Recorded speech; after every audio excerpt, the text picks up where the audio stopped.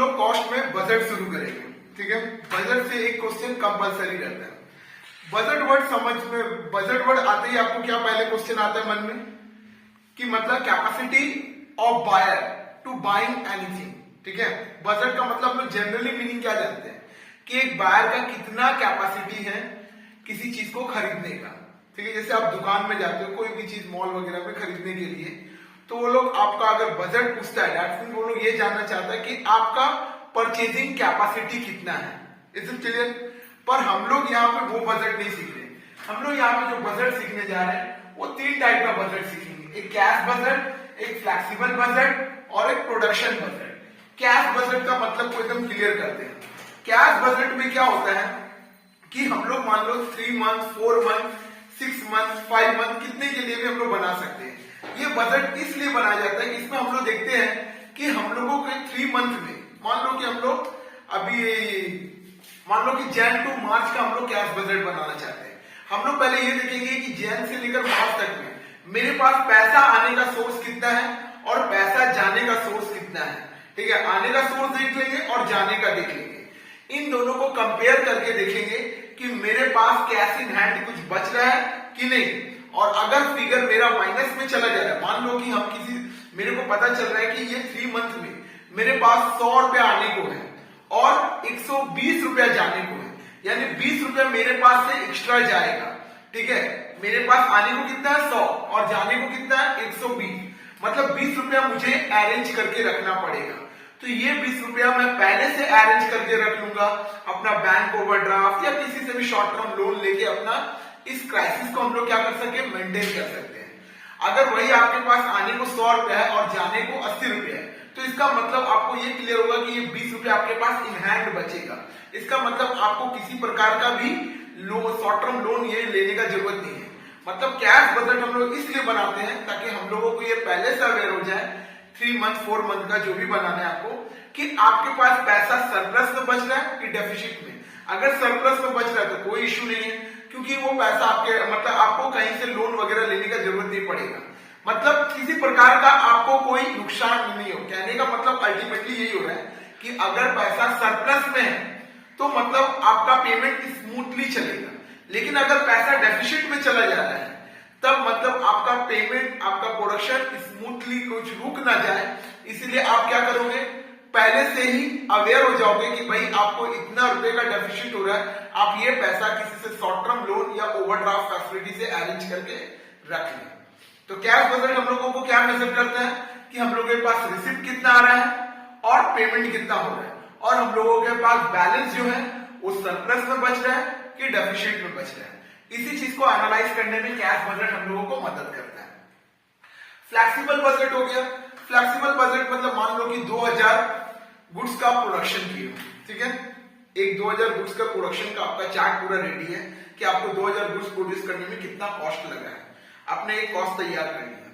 फिर मान लो किसी कस्टमर से आपको 3000 गुड्स का ऑर्डर आया, तो फिर से आपको कॉस्ट निकालने का जरूरत नहीं है। आपने जो 2000 का कॉस्ट निकाला था उसी को बेस करके आप 3000 का कॉस्ट निकाल सकते हो। इसीलिए हम इसको फ्लेक्सिबल बजट बोलते हैं। मतलब एक बार अगर आप किसी प्रोडक्ट का कॉस्ट निकाल लेते हो तो उसी को बेस करके अदर जितने भी ऑर्डर आएंगे आप उसका कॉस्ट इजीली निकाल सकते हो।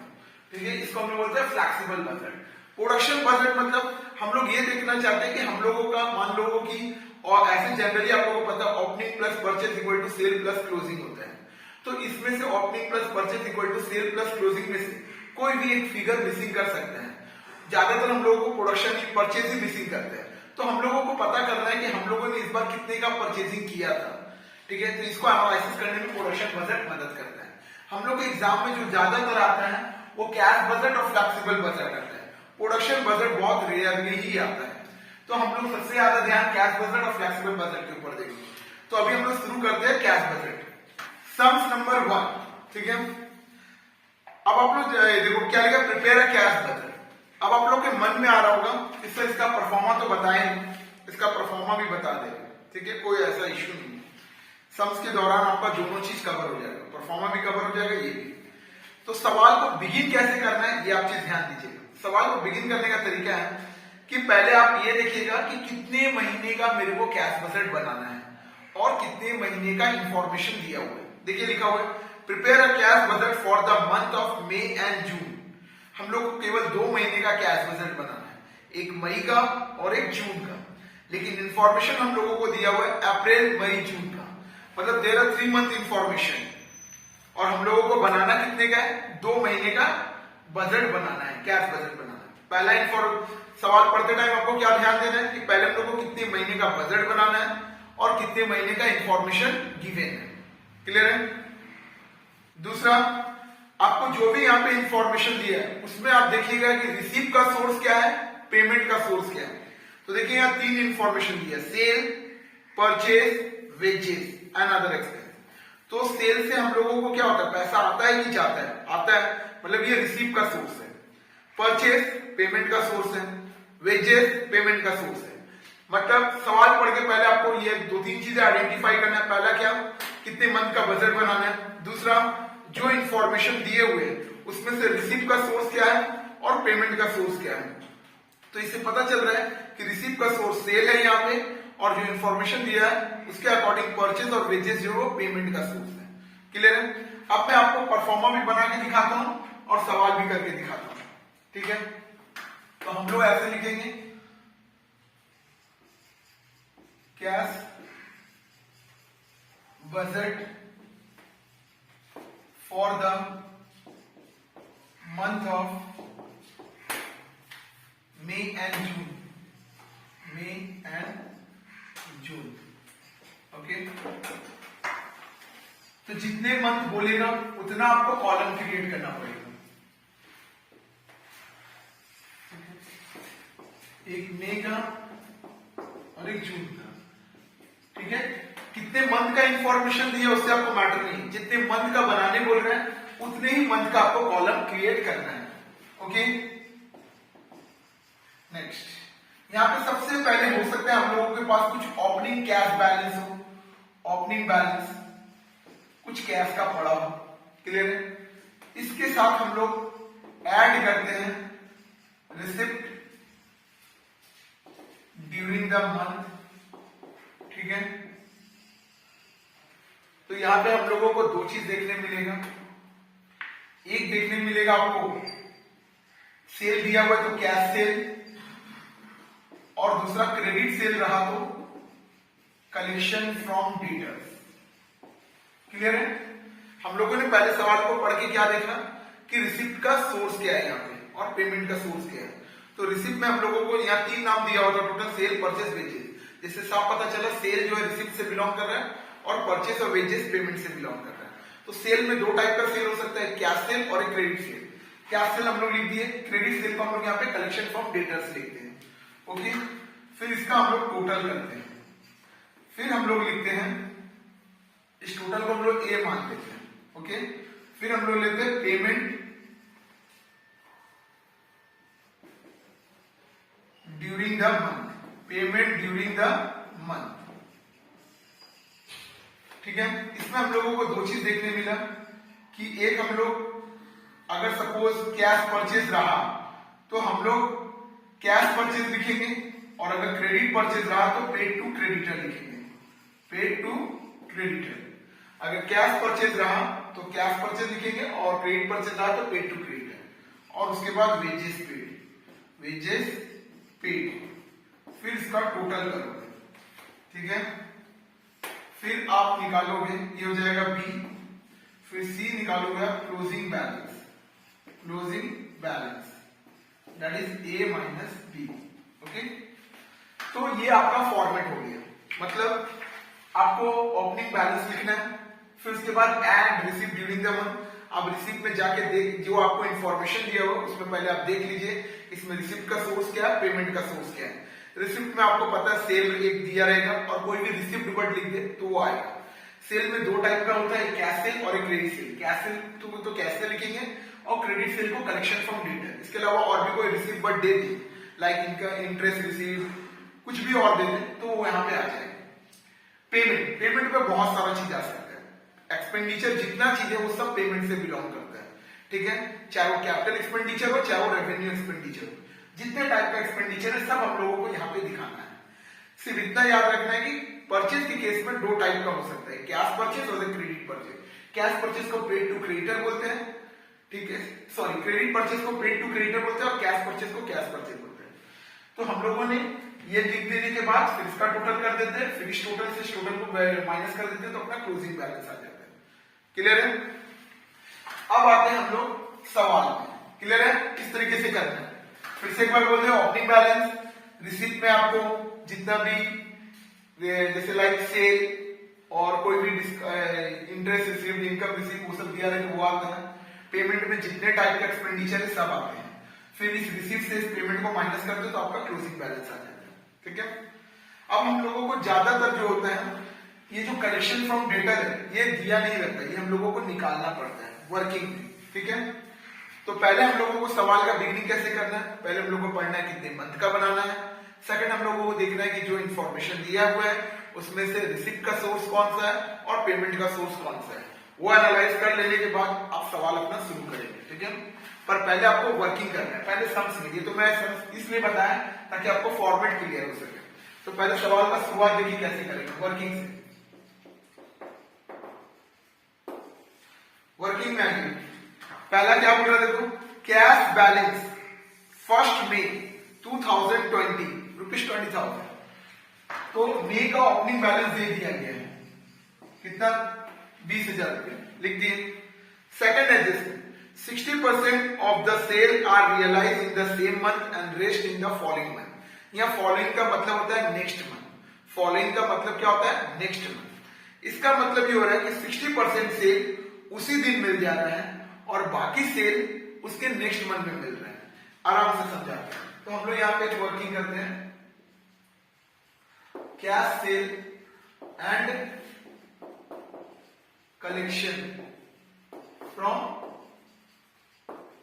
डेटर। ओके, आराम से ध्यान दीजिएगा। ठीक है? ये आपका जितने मंथ का इंफॉर्मेशन दिया रहेगा, अप्रैल, मई, जून, यहाँ पे तीनों मंथ लिखना है। यहां पर हम लोग क्या करते हैं, जितने मंथ का हम लोग से पूछा जा रहा है सिर्फ उतना ही बनाते हैं, पर जब वर्किंग करोगे जितने मंथ का इंफॉर्मेशन दिया है वो सबको लिखना पड़ेगा। तो नंबर ए हम लोग सेल्स लिखते हैं। पहले सेल कितना दिया हुआ देखिए, 50,000 है इस मंथ का, इस मंथ का 60,000 है और इस मंथ का 55,000 है। तो अब हम लोग पहले निकालने जा रहे हैं कैश से। क्या निकालने जा रहे हैं, कैश से। सर यहाँ कैश से तो लिखा हुआ नहीं है, यहाँ पे साफ साफ क्या लिखा हुआ है कि 60% of the sale realise in the same month. मतलब उसी, अगर जिस मंथ में सेल कर रहे हो और उसी मंथ में आपको पैसा मिल जाए तो उसको हम लोग कैश सेल बोलते हैं। ठीक है? तो ए का 60%, ठीक है, इसका अपना 60% कितना होगा 30,000, इसका अपना 60% कितना हो जाएगा 36,000 और इसका अपना हो जाएगा तुम्हारा 33,000। ठीक है? ये कैश सेल है। क्लियर है? उसके बाद क्या बोल रहे हैं, 60% realise in the same month, rest in the following month. मतलब बाकी जो 40% है वो नेक्स्ट मंथ में मिल रहे हैं, 1 मंथ आफ्टर मिल रहे हैं। मतलब 60% तो उसी मंथ में मिल गया, तो इसका जो 40% बाकी है अप्रैल का पैसा वो मई में मिलेगा और मई का जो 40% बाकी है वो जून में मिलेगा और जून का जो 40% है वो जुलाई में मिलेगा। तो अब हम लोग लिखे यहाँ पे आफ्टर 1 मंथ। ओके, ए का 40%, इसका 40% निकालोगे तो 20,000, पर ये इस महीने नहीं मिलेगा। इस महीने में तो कैसे मिलेगा, 60% मिलेगा, 40% क्या बोला फॉलोइंग मंथ मतलब नेक्स्ट मंथ। मतलब इसमें जो 20,000 बाकी है वो इधर मिलेगा, इसलिए ए का 40% लिखे आफ्टर 1 मंथ, मतलब इसका पैसा यहाँ मिलेगा। अब इसका पैसा हम लोगों को जो बाकी है 40% वो यहाँ मिलेगा 24,000 और इसका जो 40% है वो हम लोग को जुलाई में मिलेगा। फिलहाल अभी हम लोग जुलाई का नहीं बना रहे, तो जितना बना रहे उतना ही करें। तो यही आपका क्या हो जाएगा कलेक्शन, ये आपका क्या हो जाएगा कलेक्शन, इसी को जोड़ लेंगे हो जाएगा कलेक्शन 20,000 और 24,000। क्लियर है? आराम से एक बार बता दें, पहले सेल दिया हुआ हम लोगों ने लिख दिया, हम लोगों को क्या बोला है 60% उसी मंथ में रियलाइज हो जा रहा है, इसको हम लोग कैश सेल बोलते हैं। तो इसका 60, इसका 60, इसका 60 हम लोगों ने मान दिया। उसके बाद हम लोगों को बोल रहा है कि जो रिमेनिंग बच जा रहे हैं, मतलब 40% जो बच जा रहे हैं वो फॉलोइंग मंथ मिलेगा, मतलब नेक्स्ट मंथ। मतलब अप्रैल का 40% हम लोगों को मई में मिलेगा, मई का 40% हम लोगों को जून में मिलेगा, और जून का जो 40% वो जुलाई में मिलेगा। फिलहाल तो हम लोग जून तक बना रहे हैं, इसलिए वहीं तक रुक गए। तो ये आपका कैश सेल हो गया, ये आपका क्या हो गया कलेक्शन। क्लियर है, ये आपका कैश सेल हो गया और ये क्या हो गया कलेक्शन। तो अब आप आराम से यहां लिख दीजिए, कैश सेल आपका मई का देखिए कितना है 36,000 है, जून का कितना है 33,000। क्लियर है, और कलेक्शन फ्रॉम डेटर 20,000 है, और यहाँ पे 24,000। ठीक है, यहाँ पे भी आप ऐसे लिख दीजिए नोट 1, यहाँ पर भी ऐसे लिख दीजिए नोट 1। क्लियर है, कोई दिक्कत? नेक्स्ट आइए क्रेडिट। हम लोग को एक वर्किंग क्या सेल का बनाना पड़ता है, दूसरा वर्किंग परचेज का बनाना पड़ता है। अगर उसमें भी ऐसा बोल दे कि 40% अभी रियलाइज हो रहा है, 60% बाद में पे हो रहा है, तो उसमें भी वर्किंग करना पड़ सकता है। तो क्रेडिटर में देखिए क्या बोल रहा है, paid of credit from supplier, supplier मतलब क्रेडिटर इज 1 मंथ। यहाँ पे कोई ऐसा नहीं बोला, सिंपल सा बोल रहा है क्रेडिटर को 1 मंथ का टाइम दे रहे हैं। मतलब अप्रैल का क्रेडिटर मई में पे करेगा, मई का क्रेडिटर जून में पे करेगा, और कोई इसमें कहानी नहीं है, 40% 60% कहानी नहीं है। अगर इसमें भी सेल की तरह बोला होता कि 40% अभी पेड हो रहा है, 60% नेक्स्ट मंथ में पेड हो रहा है, तो उसके लिए भी हम लोग वर्किंग करते हैं। पर एक सिंपल सा स्टेटमेंट दिया है कि भाई हम लोग 1 महीने का टाइम ले रहे, 2 महीने का टाइम ले रहे, तो इसका कोई करने का जरूरत नहीं है वर्किंग। सीधा आप यहाँ पेड टू क्रेडिटर में ऐसे लिख दीजिए 1 मंथ आफ्टर। क्लियर है, और कुछ नहीं। तो दैट्स मीन्स अप्रैल का पैसा मई में पेड होगा, क्योंकि 1 महीना बाद है, हम लोग को 1 मंथ का टाइम दे रहा है क्रेडिटर के लिए। तो अप्रैल का पैसा देखो हम लोग मई में पेड कर रहे हैं 30,000, ठीक है, और मई का पैसा जो 25,000 है वो हम लोग जून में पे कर रहे हैं, और जून का पैसा फिर जुलाई में पे होगा। फिलहाल हम लोग यही 2 मंथ का बना रहे हैं। क्लियर है, तो वर्किंग कब करना है कब नहीं करना है ये भी क्लियर कर पाए। वर्किंग तब करना है जब हम लोगों को ऐसे 40% अभी रियलाइज हो रहा है, 60% बाद में रियलाइज हो रहा है, ऐसा कुछ स्टेटमेंट दिया है तो आपको ऐसा वर्किंग करना है। अगर यहाँ पे भी सेल में बोल देता कि नहीं 1 मंथ का उसको भी टाइम दे रही है या 2 मंथ का, तो इतना हम लोग वर्किंग नहीं करते, सीधा यहीं पे लिख लेते, जैसा कि क्रेडिटर में हम लोगों ने किया है। अब आइए, there is no lag payment in wages. Lag मतलब यहाँ पे ड्यू होता है, ठीक है। तो यहाँ पे वेजेस एंड अदर एक्सपेंसेस के लिए कोई टाइम नहीं दिया जा रहा है। इसका मतलब हम लोगों को उसी महीने का पैसा उसी महीने में ही पे करना है। There is no lag in payment of wages, मतलब वेजेस और अदर एक्सपेंसेस के लिए कोई टाइमिंग नहीं दिया जा रहा है। इसका मतलब अप्रैल का पैसा अप्रैल में पे होगा, मई का पैसा मई में पेड होगा, जून का पैसा जून में पे होगा। अगर यहाँ पे लिख देता कि 1 मंथ हो रहा है तो इसका भी वैसे ही करते हैं, इसमें भी आपको वर्किंग की जरूरत नहीं है। यहाँ पे आप ऐसे लिख दोगे with in month, with in month. Clear है, तो मतलब अप्रैल तो हम लोग कर रहे नहीं है, मई का पैसा मई में डालो, कितना है 9,000, और जून का पैसा जून में डालो 10,000। क्लियर है, तो सारा एडजस्टमेंट खत्म, हम लोगों को एक भी एडजस्टमेंट छोड़ना नहीं है। क्लियर है, तो इस तरीके से हम लोगों का पूरा एडजस्टमेंट टच हो गया, सवाल भी खत्म हो गया।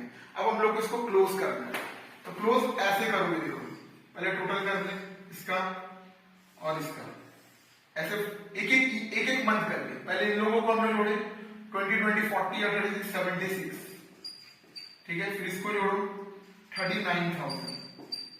अब इससे आपको क्या करना है, इसको माइनस करना है, ठीक है, तो यहाँ पे कितना आ जाएगा 37,000।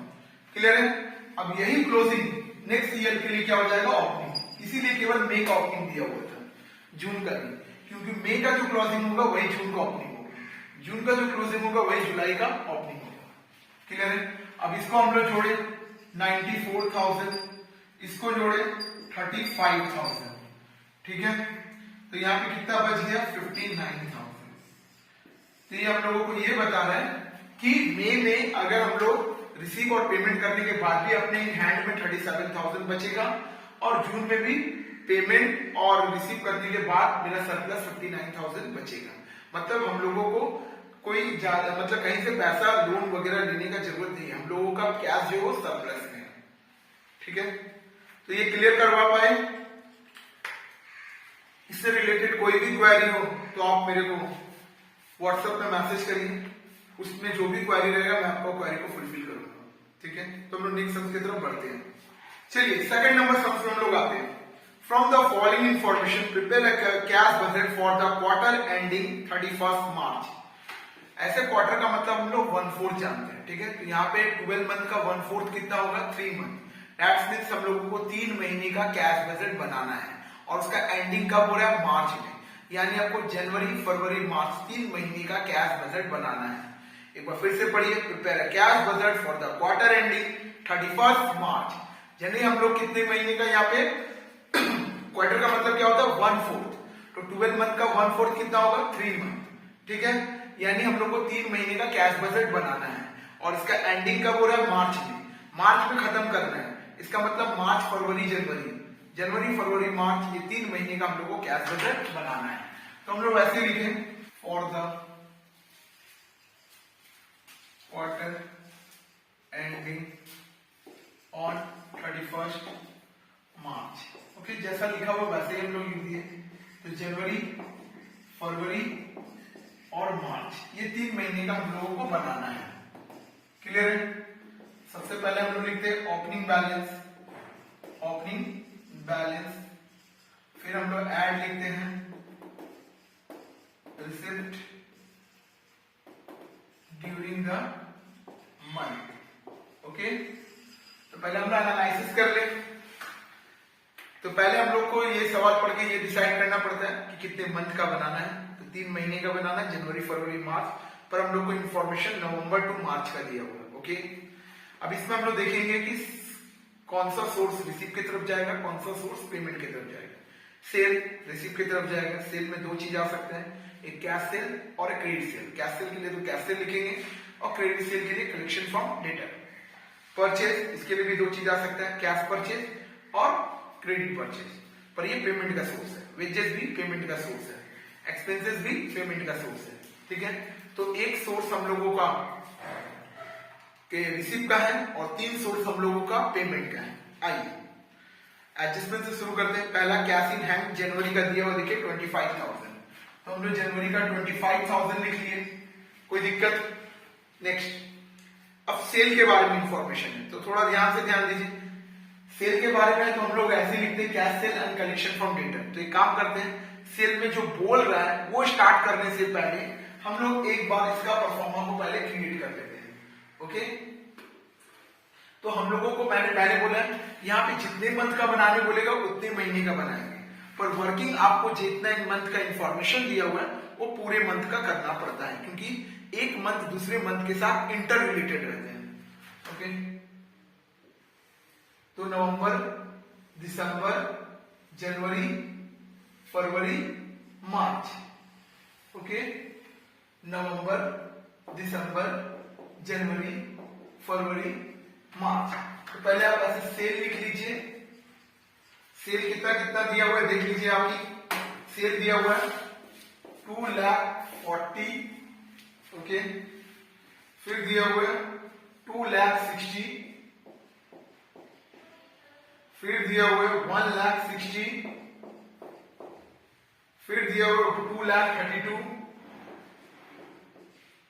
फिर दिया हुआ है 2,70,000। ये हम लोगों ने सेल लिख लिया, कोई दिक्कत, हम लोगों ने सेल लिख लिया। अब हम लोग इंफॉर्मेशन पढ़ते हैं। 20% realise in the month of sale. 20% उसी महीना हम लोगों को मिल जा रहा है। दैट मीन्स अगर उसी मंथ मिलता है तो हम लोग इसको क्या नाम देते हैं, कैश सेल का। तो कैश सेल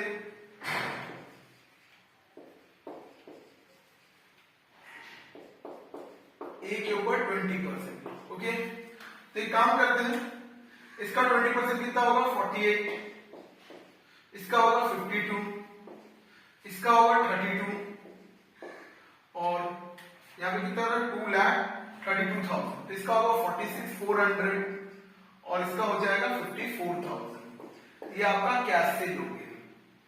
ओके, कोई दिक्कत। इसका मतलब अगर 20% कैश सेल है तो 80% क्या है, क्रेडिट सेल है। क्लियर है। अगर 20% कैश सेल है तो 80% क्रेडिट सेल है। आइए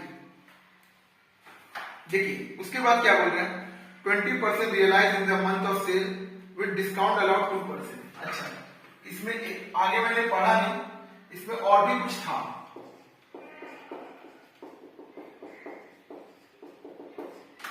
ये करना पड़ेगा। क्या बोल दिया देखो, 20% realise in the month of sale with discount allowed 2%। Clear है? मतलब हम लोग जो कैश सेल 20% कर रहे हैं, 20% realise in the month of sale with allowed discount 2%। हम लोग लोगों को ऑफर करके रखे हैं कि जिस मंथ में सेल कर रहे हैं, अगर उसी मंथ में आपने पेमेंट कर दिया, ठीक है, 20% पेमेंट कर दिया, तो मैं आपको 2% डिस्काउंट दूंगा, और जो बाकी बैलेंस है वो आपको आफ्टर 2 मंथ। मतलब एकदम सरल भाषा में देखिए क्या लिखा हुआ है, 20% realise in the month of sale with discount allowed 2% and the balance realise after 2 month. मतलब इसका मतलब हो रहा है कि 20% आप लोग अभी पेमेंट करें। मान लीजिए आप लोग मेरे डेटर है, मैंने आपको ऑफर किया कि 20% अगर पेमेंट मेरे को विद इन मंथ कर देते हो तो मैं आपको 2% डिस्काउंट दूंगा। क्लियर है? और जो बचा 80% है वो आप मेरे को 2 महीने बाद दीजिएगा। क्लियर है? एकदम लाइनिंग, सॉफ्ट लाइनिंग है। क्या बोल रहा है कि 20% उसी महीने देते हो तो मैं 2% डिस्काउंट दूंगा, अगर बचा 80% वो मेरे को आप 2 महीना बाद दीजिएगा। मतलब अगर आप नवंबर में सेल कर रहे हो तो इसका 20% आप मेरे को उसी महीने दे दीजिएगा, उसमें मैं आपको 2% डिस्काउंट दे दूंगा, और बचा 80% आप मेरे को जनवरी में दीजिएगा, 1-2 महीना बाद। ओके? वैसे ही दिसंबर में भी 20% मेरे को अभी दे दीजिएगा, उसमें मैं आपको 2% डिस्काउंट दे दूंगा, और बचे 80% मैं आपको यहाँ दूंगा। तो देखो मैंने यहाँ क्या लिखा है, ए का 20% उसी महीने मिल रहा है, इसीलिए कैश से लिखा है। इंटू 98% क्यों लिखा? क्योंकि 2% मैं डिस्काउंट दे रहा हूं। अगर 5% डिस्काउंट होता तो 95%। ये आप देखिए, आफ्टर 2 मंथ, इसमें मैं क्या लिख रहा हूं, ए का 80%। क्लियर है? मतलब ए का 20% उसी महीने देना है, और ए का 80% 2 महीने बाद देना है।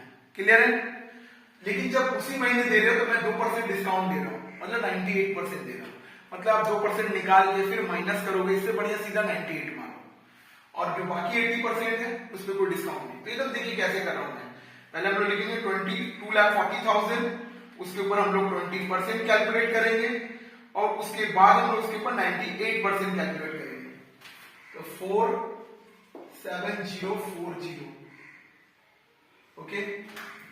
अब इसी का सन करोगे, इसी का 80% मेरे को 2 मंथ के बाद मिलेगा।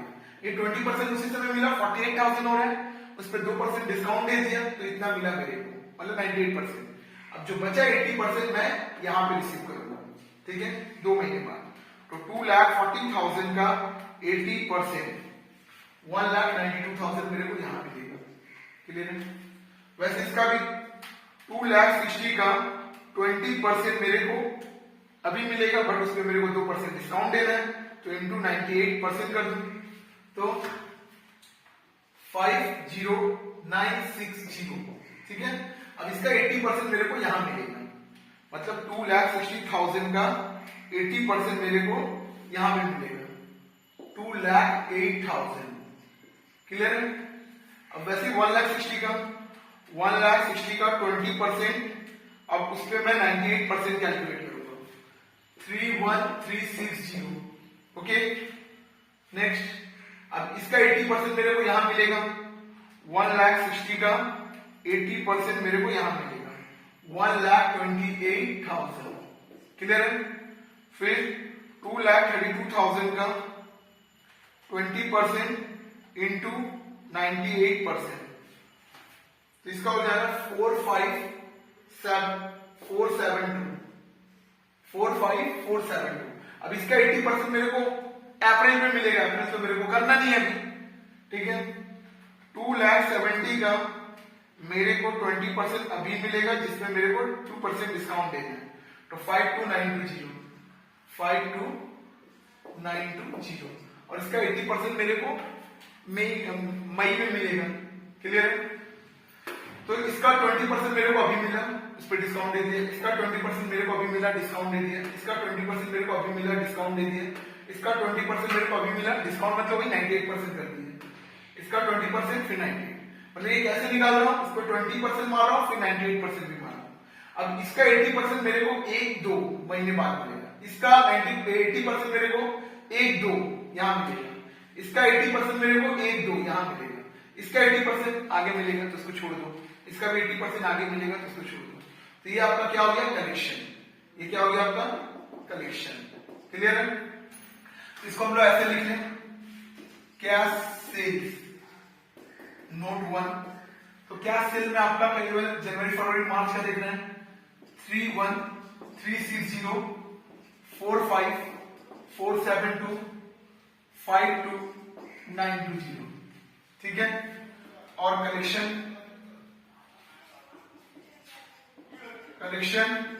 फ्रॉम डेटर्स, ठीक है, नोट 1।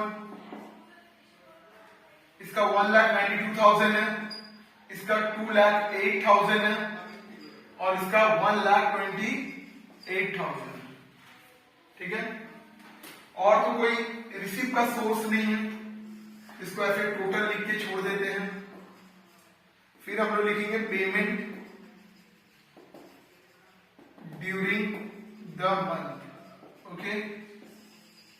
चलिए नेक्स्ट एडजस्टमेंट किसके बारे में बोल रहे हैं, परचेज पेड आफ्टर 1 मंथ। इसमें भी कोई वर्किंग करने का जरूरत नहीं है, क्योंकि परचेज के बारे में, जैसे सेल के बारे में इतना कॉम्प्लिकेशन दिया, परचेज के बारे में कोई कॉम्प्लिकेशन नहीं है। तो सिंपल सा लिखो, paid to creditor, paid to creditors, और इसको ब्रैकेट में क्या लिखो, 1 मंथ आफ्टर, ओके। ये 1 मंथ आफ्टर है, ओके। तो दैट मीन्स नवंबर का पैसा दिसंबर में पेड होगा, दिसंबर का पैसा जनवरी में पे होगा। तो देखो दिसंबर में 2 लाख है तो वो जनवरी में पे होगा, और जनवरी का पैसा फरवरी में पे होगा, देखिए परचेज एक बार, और फरवरी का पैसा मार्च में पे होगा। दिसंबर का पैसा जनवरी में पे हो रहा है, जनवरी का पैसा फरवरी में हो रहा है, फरवरी का पैसा मार्च में हो रहा है, क्लियर है। तो 1 नंबर एडजस्टमेंट हो गया, 2 हो गया, 3 हो गया, 4 में wages paid 3/4 of the current month and 1/4 of the next month. मतलब क्या हो रहा है कि मान लो कि आप नवंबर में वर्क कर रहे हो, तो नवंबर में 3/4 आपको नवंबर का उसी समय मिल जाएगा। मान लो 100 रुपीज है, तो 100 रुपीज में 3/4 होता है 75। तो नवंबर में अगर आप जो वर्क कर रहे हो तो आपको 3/4 मतलब 75 रुपया हम उसी समय दे देंगे, बचा 25 रुपया हम कब देंगे, दिसंबर में। 3/4 उसी मंथ में दे रहे हैं और 1/4 नेक्स्ट मंथ में। तो भी एक काम करिए, समझिए आप दिसंबर में खड़े हैं, तो पहले क्या करोगे, नवंबर का 1/4 लोगे, फिर दिसंबर का 3/4 लोगे। आराम से समझो, आपने नवंबर में काम करना शुरू किया, नवंबर में आपको 100 रुपए में से 75 रुपया मिल गया, 25 रुपया बोला कि ये दिसंबर में मिलेगा अगले महीने। तो फिर दिसंबर आएगा तो आप क्या करोगे, पहले नवंबर का 25 रुपया लोगे, फिर दिसंबर का 75 रुपया लोगे। वैसे ही फिर जनवरी आएगा तो पहले दिसंबर का जो 25 रुपया बाकी वो ले लोगे और फिर दिसंबर का लोगे, सॉरी जनवरी का लोगे। मतलब कहना क्या चाह रहे हैं, जिस मंथ में हम खड़े हैं पहले पुराना जो 1/4 बाकी है वो ले लेंगे और 3/4 इस महीने का लेंगे, क्लियर है। तो मतलब अगर हम लोग बात करें तो इसके लिए भी वर्किंग करना पड़ेगा, क्योंकि कॉम्प्लिकेशन दिया हुआ है वेजेस पेड। तो पहले हम लोग जनवरी का बात करें तो जनवरी में पहले हम लोग दिसंबर का जो दिसंबर में काम किए होंगे तो दिसंबर में क्या हुआ होगा, 3/4 मिल गया होगा, और जो दिसंबर का 1/4 बाकी है वो बोला था जनवरी में देगा, तो जनवरी में पहले ले ले। देखिए दिसंबर का कितना है, 24,000 है, तो इस 24,000 का पहले हम लोग 1/4 ले लेंगे, और जनवरी का अपना खुद का कितना है 16,000, वो 3/4 लूंगा। फिर जब फरवरी आएगा तो पहले जो जनवरी का बाकी है 1/4 वो ले लूंगा, और फरवरी का अपना क्या है 3/4 है वो ले लूंगा। फिर जब मार्च आएगा तो पहले जो फरवरी का बाकी है 1/4 वो ले लूंगा, और फिर जो मार्च का अपना है वो हम लोग 1/4 ले लेंगे, 3/4 ले लेंगे, क्लियर है। मतलब हम लोग दिसंबर में काम किए, दिसंबर में हम लोग के सैलरी 24,000 था मान लो, तो उस समय हम लोग को 3/4 मिल गया और बाकी बोला कि जनवरी में मिलेगा। तो जैसे ही जनवरी आया पहले बोले मेरा दिसंबर का 1/4 दो, फिर जनवरी का अपना मान लिया। फिर फरवरी आया तो पहले बोले मेरा जनवरी का जो 1/4 बाकी है वो दो, फिर इसका लीजिए। फिर मार्च आया तो बोले भाई नहीं, पहले मेरा फरवरी का जो 1/4 बाकी है वो दो, फिर मैं मार्च का दूंगा, ठीक है। यहाँ पे आपका हो जाएगा 12 और 6 18,000, ठीक है। तो वेजेस पेड नोट 2 डाल दोगे और यहाँ पे लिख दो 18,000 19,000 17,000, क्लियर है? Next, expenses are paid 1 month after. देखो इसमें तो सिंपल लाइनिंग दे दिया 1 मंथ आफ्टर, जिसका वर्किंग करने का जरूरत नहीं है, सीधा ऐसे लिखो expenses paid 1 month after. Okay, तो मतलब नवंबर का पैसा दिसंबर में पे होगा, दिसंबर का पैसा जनवरी में पे होगा, जनवरी का पैसा फरवरी में पे होगा, और फरवरी का पैसा मार्च में पे होगा। क्लियर? तो ये हो गया। अब हम लोग का कुछ भी नहीं बचा, पूरा सम्स खत्म। जब पूरा सम्स खत्म हो जाए तब हम लोग अब इसको क्लोज करते हैं। ठीक है, तो इसको हम लोग लिखेंगे बी का टोटल बोल के ऐसे, और सी हम लोगों का निकलता है क्लोजिंग बैलेंस। ओके, तो शुरू करें, इसको जोड़ते हैं। 25,000 प्लस 31,360 प्लस 1,92,000, इसका टोटल हो रहा है 248,360। ठीक है, इसका टोटल करें 2,18,000 2,34,000। अब इन दोनों को माइनस करें। ठीक है, तो बैलेंस बच रहा है 14,360। ठीक है, अब यही क्लोजिंग इस साल का ओपनिंग बन जाएगा। ठीक है, यही क्लोजिंग इस साल का ओपनिंग बन जाएगा। इसमें प्लस करें 454 कितना है 267,832। इसमें करें कितना हो रहा है 2,39,000। ठीक है, 2,67,832 माइनस 2,39,000। ठीक है, 28,832 28,832। ठीक है, कितना हो गया 2,53,000। इस बार देखो माइनस में चला जाएगा 209,752 43248। इसका मतलब हो रहा है कि कंपनी को पहले से अरेंज कंपनी कर लेती है कि भाई उसको अप्रैल जनवरी में उसका फेवरेबल बैलेंस रहेगा, सरप्लस बैलेंस रहेगा, मार्च फरवरी में उसको सरप्लस बैलेंस है, पर मार्च में कंपनी को एक्स्ट्रा पेमेंट करना पड़ रहा है 43248। तो इसके लिए कंपनी पहले से प्रोविजन बना के रख सकती है। कैश बैलेंस बनाने से यही एक बेनिफिट मिलता है कि आपको पता चल सके कि कौन से मंथ में सरप्लस बैलेंस है, कौन से मंथ में डेफिसिट है। आपको पता चल जाता है कि मार्च में डेफिसिट, जैसे यहाँ पता चल रहा होने वाला है, तो हम पहले से प्रोविजन बना लेंगे कि भाई मार्च में इतने रुपए का शॉर्टेज होगा, तो ये पैसा मुझे अरेंज करके रखना है ताकि मेरे बिजनेस के जो कंटिन्यूअस है उसमें कोई प्रॉब्लम ना आए, वो स्मूथली चलते रहे। ठीक है, 3 नंबर समझ में आइए सभी में। From the following information prepare a cash budget for the quarter ending 30 जून। हम लोग का इस बार क्वार्टर एंडिंग कब हो रहा है 30 जून। तो 30 जून क्वार्टर एंडिंग मतलब वही 1/4, मतलब 12 मंथ का 1/4 3 मंथ। तो जून में एंडिंग करना है, दैट मींस जून, मई और अप्रैल, मतलब अप्रैल मई जून का बनाना है। क्वार्टर एंडिंग मतलब 1/4। ओके, 1/4 मतलब 12 मंथ का 1/4 3 मंथ। 3 मंथ हम लोग को खत्म कब करना है जून में, तो अप्रैल मई जून 3 महीने का बनाना है, अप्रैल मई जून। क्लियर है, पहले हम लोग ये डिसाइड कर लिए। हम लोग का इंफॉर्मेशन फरवरी टू जून का दिया हुआ है, पर हम लोग को बनाना कब का है अप्रैल मई जून का। इसके बाद हम लोग सोर्स देखते हैं। सेल रिसीव का सोर्स है, परचेज पेमेंट का सोर्स है, वेजेस पेमेंट का सोर्स है, एक्सपेंसेस पेमेंट का सोर्स है। पहले देखिए अप्रैल का कैशिंग हैंड दिया हुआ 5,000, लिखा हम लोगों ने लिख दिया। नेक्स्ट सेल के बारे में फिर बोल रहा है, देखो क्या 20% realise in the month of sale, एकदम लाइनिंग को क्लियर करिए, and balance realise equally to subsequent month. Subsequent मतलब होता है कि 50% बैलेंस इक्वली बोला है, मतलब एकदम आराम से समझाते हैं। अभी हम लोग मान लो जनवरी में खड़े हैं, तो जनवरी में मैंने आपको सेल किया, मैंने बोला कि भाई 100 रुपया है, तुम 20 रुपया अभी मेरे को दे दो जनवरी में, बचा 80 रुपया वो मेरे को तुम इक्वली टू सब्सिक्वेंट मंथ में देना। मतलब बचा कितना 80 रुपया, 80 रुपया का इक्वली कितना हुआ 40-40, मतलब जो 40 बचा हुआ है 80 बचा हुआ उसको 40-40 करके 2 महीने में आपको देना है, कंटिन्यूअस 2 महीने में। मतलब फरवरी में 40 देना है, मार्च में 40 देना है। एकदम फिर से आप बताए, मैं जनवरी में आपको 100 रुपए का सेल किया, 20 रुपया मैंने बोला अभी देना भाई, बचा 80 रुपया वो आपको इक्वली टू सब्सिक्वेंट मंथ देना है। तो 80 रुपया का इक्वली कितना होगा 2 पार्ट 40-40। सब्सिक्वेंट मतलब जनवरी के बाद का 2 महीना कंटिन्यू, मतलब फरवरी और मार्च। मतलब इस महीने में 20% देना है, नेक्स्ट महीने में 40% देना है, और उसके बाद वाले महीने में 40% देना है। क्लियर है, कोई दिक्कत कोई दिक्कत नहीं। चलिए अब इसको देखो हम लोग ऐसे, पहले मैं लिख लेता हूं, सेल लिख लीजिए 1,20,000 है, आराम से देखिए। फिर कितना है 1,30,000 है, फिर देखिए 80 है, फिर देखिए 1,16,000 है, फिर देखिए 88,000। ये हम लोगों ने लिख लिया, ठीक है।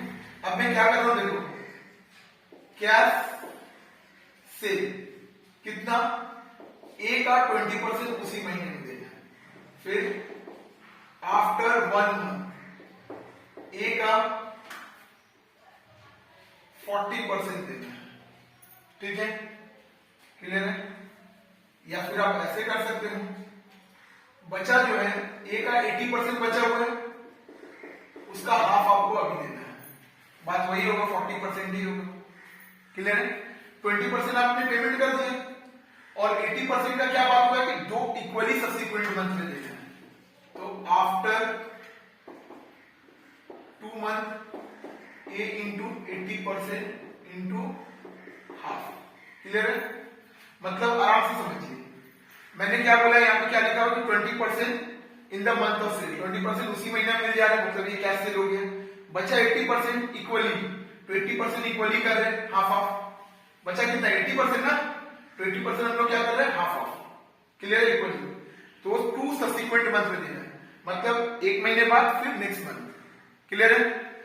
कोई दिक्कत, क्लियर कर पा रहे तो 20% उसी महीने देना है, बचा 80% को हाफ हाफ करके आपको नेक्स्ट कंटिन्यूअस 2 महीने में देना है। मतलब 20% अभी देना है, 40% उसके 1 महीने बाद, 40% उसके 1 महीने बाद। जैसे अगर हम लोग इसका बात करें तो पहले आराम से इसका 20% मेरे को यहां मिल जाएगा, बाकी 40% यहां मिलेगा, बाकी 40% यहां मिलेगा, क्लियर है। आराम से अगर आप देखना चाहो तो देख सकते हो। आपको ये अगर क्लियर कर लिए तो ये कैलकुलेशन करना दिक्कत नहीं होगा, आप एकदम आराम से समझिए। 20% अभी ले लो भाई, बचा 80% इक्वली 2 महीने में, इक्वली 2 सब्सिक्वेंट मंथ में ले लेना। मतलब जनवरी में 20% ले लो, बचा 80% का आधा आप फरवरी में लीजिएगा और आधा मार्च में लीजिएगा, क्लियर है। तो वही हम लोग लिखे कि बचा 80% का आधा हम लोग 1 महीने बाद ले रहे हैं, और बचा 80% का और जो आधा वो हम लोग 2 महीने बाद ले रहे हैं, क्लियर है। तो इसका हम लोग 20% निकाल रहे हैं, ये 1,20,000 है, तो 24,000, इसका 26,000, इसका 16,000, इसका 23,200 और इसका 17,600, क्लियर है। ये हम लोगों ने निकाल लिया। अब इसका 80% का आधा हम लोगों को कब देना है, 1 महीने बाद देना है। इसका देखो फरवरी को 1,20,000 का 80% का आधा कितना, 48,000। मतलब ये 48,000 एक बार यहां देना है और एक बार, आराम से समझना, बार बार कैलकुलेशन ना करना पड़ेगा, यहां देना है, क्लियर है। ये जो 1,20,000 का 20% तो हम लोग अपना अपना मंथ में ले लिए, इसका 80% बाकी है, तो 80% का आधा हम लोग यहां ले रहे हैं और आधा 1 महीना बाद।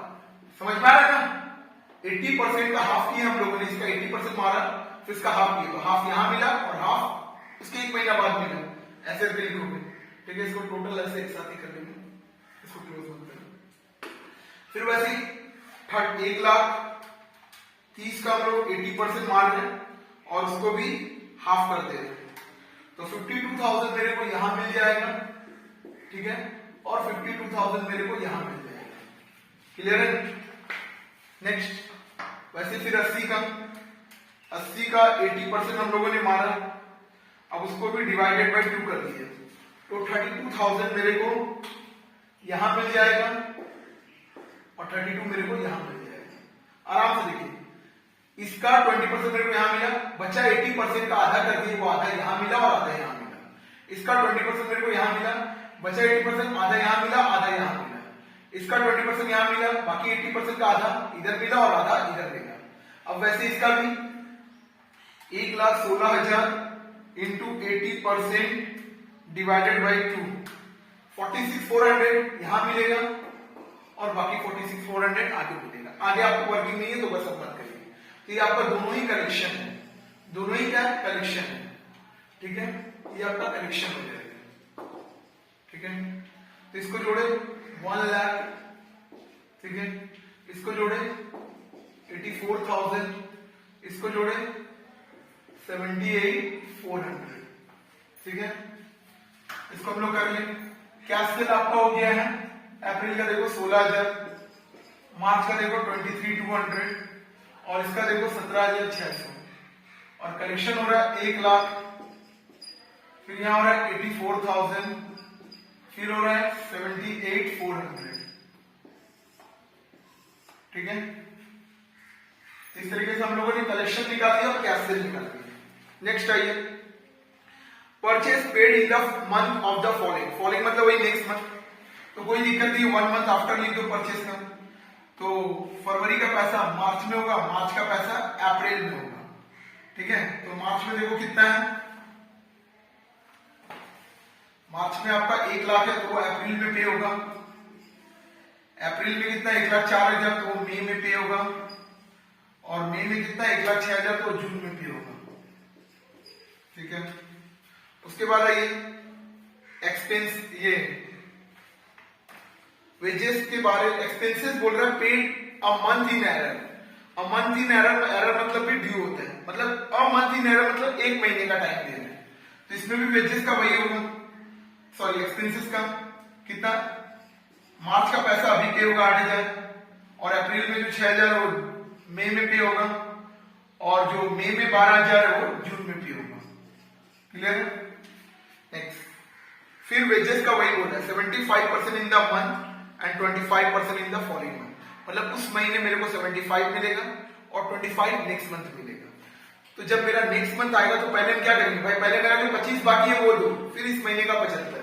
मतलब अगर हम लोग वेजेस का कैलकुलेशन करने जाए तो अप्रैल, मई और जून, ठीक है।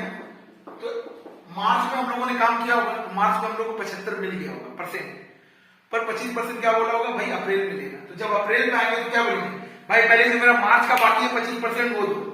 तो मार्च का देखो भाई कितना बाकी है, उसका 12,000 बाकी है, तो हम लोगों ने बोला भाई पहले उसका 25% बाकी है वो दो, ठीक है।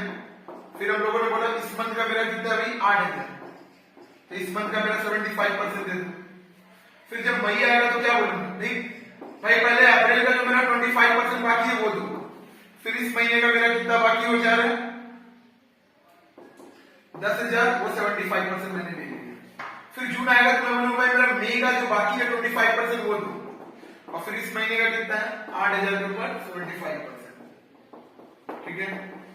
तो यहाँ पे हो गया 3 और यहाँ पे हो गया 6, 9,000, यहाँ पे हो गया 2 और यहाँ पे हो गया 7,500, 9,500, यहाँ पे हो गया 2.5, यहाँ पे हो गया 6, 8,500, ठीक है। ये वेजेस निकल गए, कितना निकल गया 9,000, 9,500 और 8,500, क्लियर। और कोई वर्किंग बचा नहीं, तो सवाल की क्लोजिंग की तरफ हम लोग चलते हैं। तो सबसे पहले इसको जोड़ लें हम लोग, 1,21,000, इसको टोटल करें, ठीक है। 1,17,000, 4,000 हम लोगों का क्लोजिंग बैलेंस बच रहा है, ठीक है। अब यही मेरा क्या हो जाएगा ओपनिंग, ठीक है। 4,000 प्लस 23,200 प्लस 84,000, टोटल हो रहा है 1,11,200। इसको जोड़े, एक टोटल हो रहा है 1,19,500। अब ये फिगर माइनस में चला जाएगा, पूरा 8,300 माइनस में, ठीक है। ये फिगर हम लोगों का माइनस में आ गया, तो यहां भी ये क्या जाएगा माइनस में जाएगा, ठीक है। टोटल हो रहा है 1,26,500, ठीक है, माइनस 87,700 कर दिए, तो 38,800 हम लोग का माइनस में आ जाएगा, ठीक है। इससे पता चल रहा है कि हम लोगों का ये 2 महीना डेफिसिट होने वाला है, तो हम लोग पहले से इसके लिए कोई प्रोविजन ये करके रखेंगे, ठीक है। तो इसको एक बार नोट कर लीजिए।